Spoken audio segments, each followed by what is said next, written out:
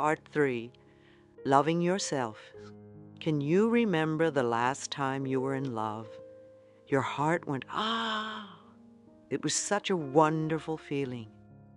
It's the same thing with loving yourself, except that you will never leave. Once you have your love for yourself, it's with you for the rest of your life. So you want to make it the best relationship you can have.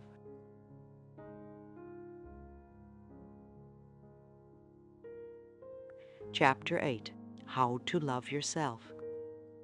When you forgive and let go, not only does a huge weight drop off your shoulders, but the doorway to your own self-love opens. For many of you who have been working on loving yourselves, and for those of you who are just beginning, I'm going to explore some ways to help you learn how to love yourselves. I call it my 10 steps, and I have sent thousands of people this list over the years. Loving yourself is a wonderful adventure. It's like learning to fly. Imagine if we all had the power to fly at will. How exciting it would be. Let's begin to love ourselves right now. Many of us seem to suffer from a lack of self-esteem at one level or another. It's very difficult for us to love ourselves because we have all these so-called faults inside us that we feel make it impossible to love ourselves exactly as we are.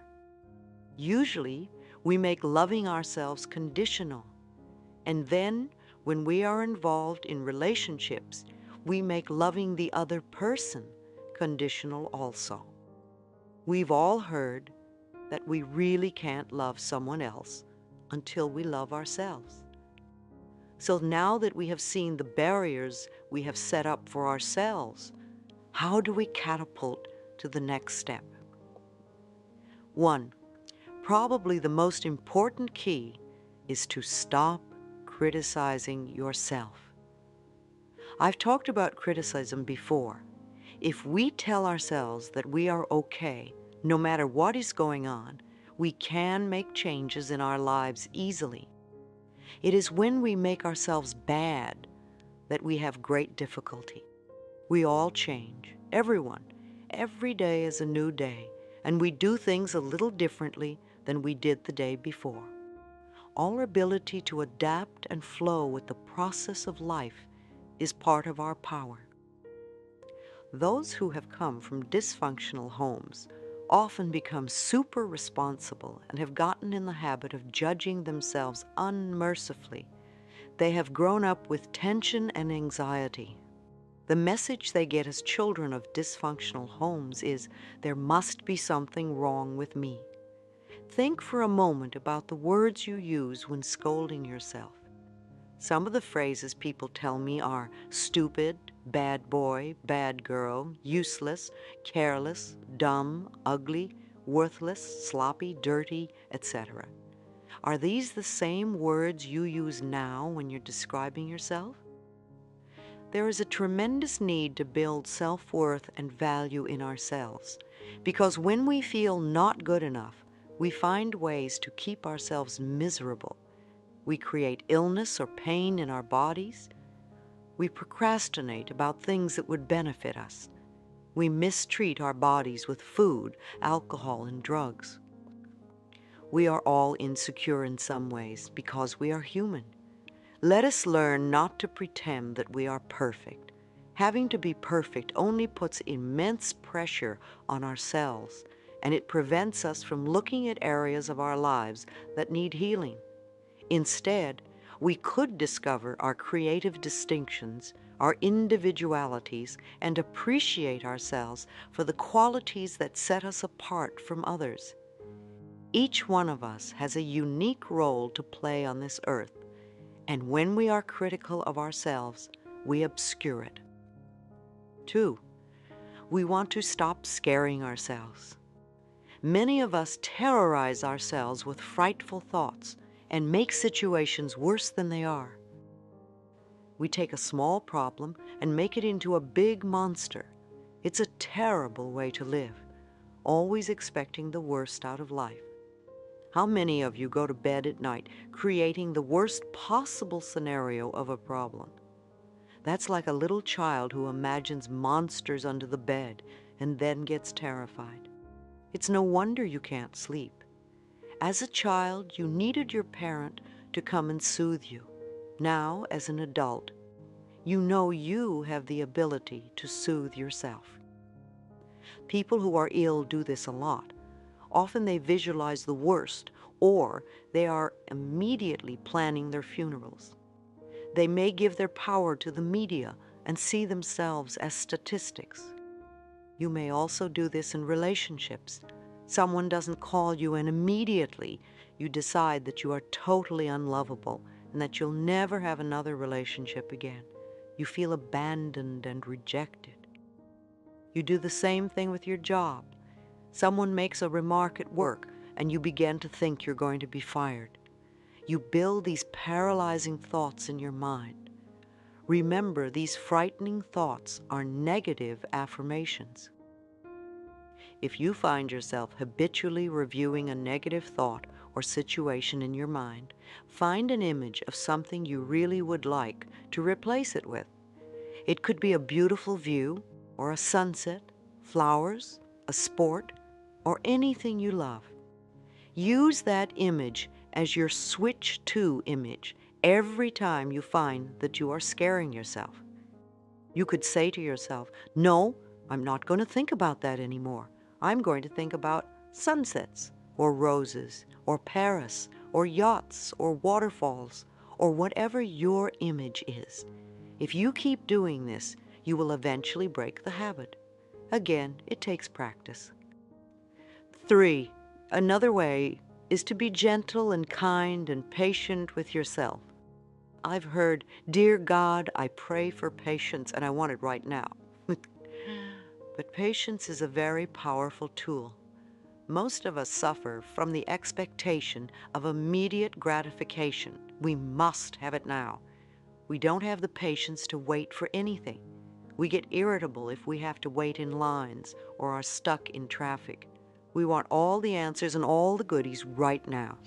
Too often, we make other people's lives miserable by our own impatience. But impatience is a resistance to learning. Impatience is resistance to learning. We want the answers without learning the lesson or doing the steps that are necessary for our growth. You could think of your mind as if it were a garden. To begin with, a garden is a patch of dirt. You may have a lot of brambles of self-hatred and rocks of despair, anger, and worry. An old tree called fear needs pruning. Once you get some of these things out of the way and the soil is in good shape, you add some little seeds or plants of joy and prosperity. The sun shines down on it, and you water it and give it nutrients and loving attention. At first, not much seems to be happening, but you don't stop. You keep taking care of your garden. If you are patient, the garden will grow and blossom. The same with your mind. You select the thoughts that will be nurtured, and with patience they grow and contribute to creating the garden of experiences you want. We all make mistakes. It's okay to make mistakes while you are learning. As I said, so many of you are cursed with perfectionism. You won't give yourself a chance to really learn anything new because if you don't do it perfectly in the first 3 minutes, you assume you are not good enough. Anything you're going to learn takes time. When you first begin doing something, it usually doesn't feel right. To show you what I mean, take a moment right now and clasp your hands together. There's no right or wrong way to do this. Clasp your hands and notice which thumb is on top. Now open your hands and then clasp your hands again with the other thumb on top. It probably feels strange, odd, maybe even wrong. Clasp them again the first way, then the second, and the first again, and the second way, and hold it. How does it feel now? Not so odd, not so bad. You're getting used to it. Maybe you can even learn to do it both ways. It's the same thing when we are doing something a new way. It may feel different, and we immediately judge it. Yet with a little bit of practice, it can become normal and natural. We're not going to love ourselves totally in one day, but we can love ourselves a little bit more every day. Each day, we give ourselves a little bit more love, and in 2 or 3 months, we will have come so much further in loving ourselves. So mistakes are your stepping stones. They are valuable because they're your teachers. Don't punish yourself for making a mistake. If you are willing to learn and grow from the mistake, then it serves as a step towards fulfillment in your life. Some of us have been working on ourselves for a very long time and wonder why we still have issues that come up for us. We need to keep reinforcing what we know, not resisting by throwing up our hands in the air and saying, "What's the use?" As we learn new ways, we need to be gentle and kind to ourselves. Remember the garden. When the negative weeds grow, pluck them out as quickly as you can. Number 4, we must learn to be kind to our minds. Let's not hate ourselves for having negative thoughts. We can think of our thoughts as building us up rather than beating us up. We don't have to blame ourselves for negative experiences. We can learn from these experiences. Being kind to ourselves means we stop all blame, all guilt, all punishment, and all pain. Relaxation can help us as well. Relaxation is absolutely essential for tapping into the power within, because if you are tense and frightened, you shut off your energy. It only takes a few minutes a day to allow the body and the mind to let go and relax. At any moment, you can take a few deep breaths, close your eyes, and release whatever tension you're carrying. As you exhale, become centered and say to yourself silently, "I love you. All is well." You will notice how much calmer you feel.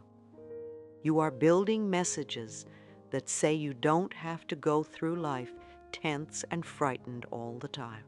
Meditate on a daily basis. I also recommend quieting your mind and listening to your own inner wisdom. Our society has made meditation into something mysterious and difficult to achieve. And yet meditation is one of the oldest and simplest processes there is. All we need to do is get into a relaxed state and repeat silently to ourselves words like love or peace or anything meaningful to us. Om is an ancient sound that I often use at my workshops, and it seems to work very well. We could even repeat, "I love myself," or "I forgive myself," or "I am forgiven," and then just listen for a while. Some people think that if they meditate, they have to stop their minds from thinking. We really can't stop the mind, but we can slow down our thoughts and then just let them flow through. Some people sit with a pad and pencil and write down their negative thoughts because they seem to dissipate more easily. If we can get to a state where we are watching our thoughts float by, oh, there's a fear thought and some anger. Now there's a love thought, and now a disaster. There's an abandonment thought, a joy thought. And don't give these thoughts importance. Then we begin to use our tremendous power wisely. You can begin meditation anywhere and allow it to become a habit. Think of meditation as focusing on your higher power. You become connected with yourself and your inner wisdom. You can do it in whatever form you like. Some people go into a kind of meditation while they're jogging or walking. Again, don't make yourself wrong for doing it differently. I love to get on my knees in the garden and dig in the dirt. It's a great meditation for me. An excellent, easy to understand book on meditation is Minding the Body, Mending the Mind by Joan Borysenko. Visualize optimistic outcomes. Visualization is also very important, and there are many techniques you can use. Dr. Carl Symington, in his book Getting Well Again, recommends a lot of visualization techniques for people with cancer, and they often yield excellent results. With visualization, you create a clear, positive image that enhances your affirmation. Many of you have written to me about the kinds of visualizations you do along with your affirmations. The important thing to remember about visualizations is that they must be compatible with the kind of person you are. Otherwise, your visualizations will not work. For instance, a woman with cancer pictured the good killer cells in her body attacking the cancer and killing it. At the end of the visualization, she doubted whether she had done it correctly and didn't feel that it was working for her. So I asked her, "Are you a killer person?" And she answered, "I personally don't feel good about creating a war in my body." So I suggested that she change her visualization to one that was a little more gentle. I think it's better to use images like the sun melting the sick cells, or a magician transforming them with his magic wand. When I had my cancer, I used the visualization of cool, clear water washing the diseased cells out of my body.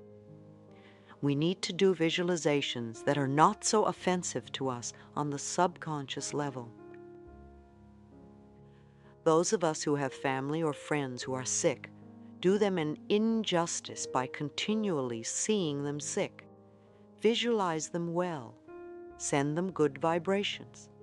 However, remember that getting well is really up to them. There are many good audio tapes with guided visualizations and meditations that you can give them to help them through this process, if they are open. If not, just send them love. Everyone can visualize. Describing your home, having a sexual fantasy, imagining what you would do to a person who hurt you, are all visualizations. It's amazing what the mind can do. Number 5. The next step is to praise yourself. Criticism breaks down the inner spirit, and praise builds it up. Acknowledge your power, your God self. We are all expressions of the infinite intelligence. When you berate yourself, you belittle the power that created you. Begin with the little things. Tell yourself that you are wonderful. If you do it once and then stop, it doesn't work. Keep at it, even if it's 1 minute at a time. And believe me, it does get easier. The next time you do something new or different, or something you are just learning and you're not too adept at, be there for yourself. It was a big thrill the first time I spoke at the Church of Religious Science in New York. I remember it very well. It was a Friday noon meeting. People wrote questions and put them in a basket for me, the speaker. I brought the basket to the podium and answered the questions and did a small treatment after each one. After I finished, I walked away from the podium and said to myself, "Louise, you were fantastic, considering this was the first time out. By the time you do this 6 times, you're going to be a pro." I didn't berate myself and say, "Oh, you forgot to say this or that." I didn't want to have the second time be something that would frighten me. If I beat myself up the first time, I would beat myself up the second time, and I would dread speaking in the end. And after a couple of hours, I thought of what I could change to improve. I never made myself wrong. I was very careful to praise myself and congratulate myself for being wonderful. And by the time I had conducted 6 meetings, I was a pro. I think we can apply this method in all areas of our lives. I continued speaking at the meetings for quite some time. It was wonderful training because it taught me how to think on my feet. Allow yourself to accept good, whether you think you deserve it or not. I've discussed how believing that we are not deserving is our unwillingness to accept good in our lives. It's what stops us from having what we want. How could we create anything good for ourselves if we think we don't deserve to have good? Think about the laws of deserving in your home. Did you feel good enough, smart enough, tall enough, pretty enough, whatever? And what do you have to live for? You know you are here for a reason, and it's not just to buy a new car every few years. What are you willing to do to fulfill yourself? Are you willing to do affirmations, visualizations, treatments? Are you willing to forgive? Are you willing to meditate? How much mental effort are you willing to exert to change your life and make it the life you want? Number 6, loving yourself means supporting yourself. Reach out to friends and allow them to help you. You really are being strong when you ask for help when you need it. So many of you have learned to be so self-reliant and self-sufficient. You can't ask for help because your ego won't let you. Instead of trying to do it all yourself and then getting angry at yourself because you can't make it, try asking for help next time. There are support groups in every city. There are 12-step programs for almost every problem. And in some areas, there are healing circles and church-affiliated organizations. If you can't find what you want, you can start your own group. It's not as scary as you might think. Gather together 2 or 3 friends who have the same issues that you have and set up a few guidelines to follow. Have a book to study or tapes to listen to. If you do it with love in your heart, your little group will grow. People will be attracted like a magnet. Don't worry if it starts to grow and your meeting space gets too small. The universe always provides. If you don't know what to do, write my office, and we'll send you guidelines on how to conduct a little group. You really can be there for each other. I started the Hayride in Los Angeles in 1985 with 6 men with AIDS in my living room. We didn't know what we were going to do about this intense crisis. I told them we weren't going to sit around playing Ain't It Awful, because we already knew that. We did what we could on a positive level to support each other. We're still meeting today, and we have about 200 people coming every Wednesday night to West Hollywood Park. It's an extraordinary group for people with AIDS, and everybody is welcome. People come from all over the world to see how this group functions and because they feel supported. It's not only me, it's the group. Everyone contributes to making it effective. We meditate and do visualizations, we network and share information about alternative therapies and the latest medical methods. There are energy tables at one end of the room where people can lie down and others share healing energies by laying on hands or praying for them. We have Science of Mind practitioners they can talk to. At the end, we sing and hug one another. We want people to go out feeling better than when they came in. And sometimes people receive a positive lift that lasts for several days. Support groups have become the new social form, and they are very effectual tools in this complex day and age. Many New Thought churches, such as Unity and Religious Science, have ongoing weekly support groups. Many groups are listed in New Age magazines and newspapers. Networking is so important. It sparks you and gets you going. I suggest that people who have similar ideas share time with one another on a regular basis. When people work together on a common goal, they bring their pain, confusion, anger, or whatever, and come together, not to moan, but to find a way to go beyond, to rise above, and to grow up in a way. If you are very dedicated, very self-disciplined, and very spiritual, you can do a lot of work by yourself on yourself. When you are with a group of people doing the same thing, you can make quantum leaps because you learn from one another. Every single person in the group is a teacher. So if you have issues that need working on, I would suggest, if possible, that you get into a group of some sort where you can work them through. Number 7, love your negatives. They are all part of your creation, just as we are all part of God's creation.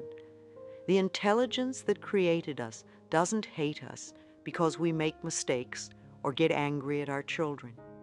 This intelligence knows that we are doing the best we can and loves all of its creation as we can love ours. You and I have all made negative choices, and if we keep punishing ourselves for them, it becomes a habit pattern, and we'll find it very tiresome to let them go and to move on to more positive choices.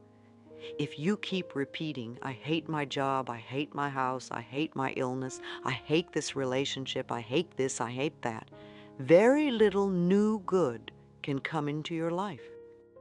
No matter what negative situation you are in, it's there for a reason. Otherwise, you wouldn't have it in your life. Dr. John Harrison, the author of Love Your Disease, says that patients are never to be condemned for having multiple operations or illnesses. Actually, patients can congratulate themselves for finding a safe way to have their needs met. We want to understand that whatever issue or problem we have, we contributed to creating it in order to handle certain situations. Once we realize this, then we can find a positive way to fulfill our needs.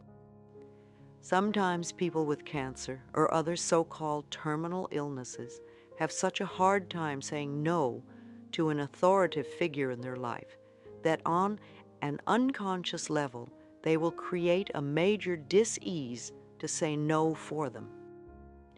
I knew a woman who, when she realized the illness she was creating for herself was just to be able to refuse her father's demands, decided to begin to live for herself for once. She began to say no to him, and while it was difficult for her at first, as she continued to stand up for herself, she was delighted to find herself getting well. Whatever our negative patterns are, we can learn to fulfill those needs in more positive ways. That's why it's so important to ask yourself the question, what is the payoff from this experience? What am I getting that's positive? We don't like to answer that question. However, if we really look within and are honest with ourselves, we will find that answer. Perhaps your answer would be, it's the only time I get loving attention from my spouse. Once realized, you can begin to look for more positive ways to achieve this. Humor is another potent tool. It helps us release and lighten up during stressful experiences. At the Hayride, we set time aside for jokes. Sometimes we have a guest speaker called the Laugh Lady. She has a contagious laugh and puts everyone on a laughter cycle. We can't always take ourselves too seriously, and laughter is very healing. I also recommend watching old comedies, such as those of Laurel and Hardy, when you're feeling low or down. When I did private counseling, I would do my best to get people to begin to laugh at their problems. When we can see our lives as a stage play, with soap opera and drama and comedy, we get a better perspective, and we are on the way to healing. Humor enables us to pull back from the experience and to see it in a larger perspective. Number 8, take care of your body. Think of your body as this marvelous house in which you live for a while. You would love your house and take care of it, wouldn't you? So watch what you put into your body. Drug and alcohol abuse is so prevalent because they are two of the most popular methods of escape. If you are into drugs, it doesn't mean that you are a bad person. It means you haven't found a more positive way of fulfilling your needs. Drugs beckon to us, "Come and play with me and we'll have a good time." And it's true, they can make you feel wonderful. However, they alter your reality so much, and although it isn't evident at first, you have to pay a terrible price in the end. After taking drugs for a while, your health deteriorates immensely, and you feel awful most of the time. Drugs affect your immune system, which can lead to numerous physical ailments. Also, after repeated use, you develop an addiction, and you have to wonder what made you start taking drugs in the first place. Peer pressure may have compelled you to take them in the beginning, but continued and repeated use is another story. I have yet to meet anyone who really loves themselves and who is hooked on drugs. We use drugs and alcohol to escape our childhood feelings of not being good enough, and when they wear off, we feel worse than before. Then we usually have a load of guilt too. We can know that it's safe to feel our feelings and acknowledge them. The feelings pass, they don't stay. Stuffing food into our bodies is another way to hide our love. We can't live without food because it fuels our bodies and helps to create new cells. Even though we may know the basics of good nutrition, often we still use food and diets to punish ourselves and to create obesity. We've become a nation of junk food addicts. We have been on what I call the Great American Diet for decades, filling ourselves with processed foods of every sort. We've allowed the food companies and their advertising gimmicks to influence our eating habits. Doctors aren't even taught nutrition in medical schools unless they take it as an extracurricular subject. Most of what we consider conventional medicine at the moment concentrates on drugs and surgery. So if we really want to learn about nutrition, it's an issue that we must take into our own hands. It's an act of loving ourselves to become aware of what we put into our mouths and how it makes us feel. If you eat lunch and an hour later you start feeling sleepy, you might ask yourself, "What did I eat?" You may have consumed something that isn't good for your body at that particular time. Start noticing what gives you energy and what depletes you and brings you down. You can do this by trial and error, or you could find a good nutritionist who can answer some of your questions. Remember that what's right for one person isn't necessarily right for another. Our bodies are different. A macrobiotic diet is wonderful for many people. So is Harvey and Marilyn Diamond's Fit for Life method. They are totally different concepts, and yet they both work.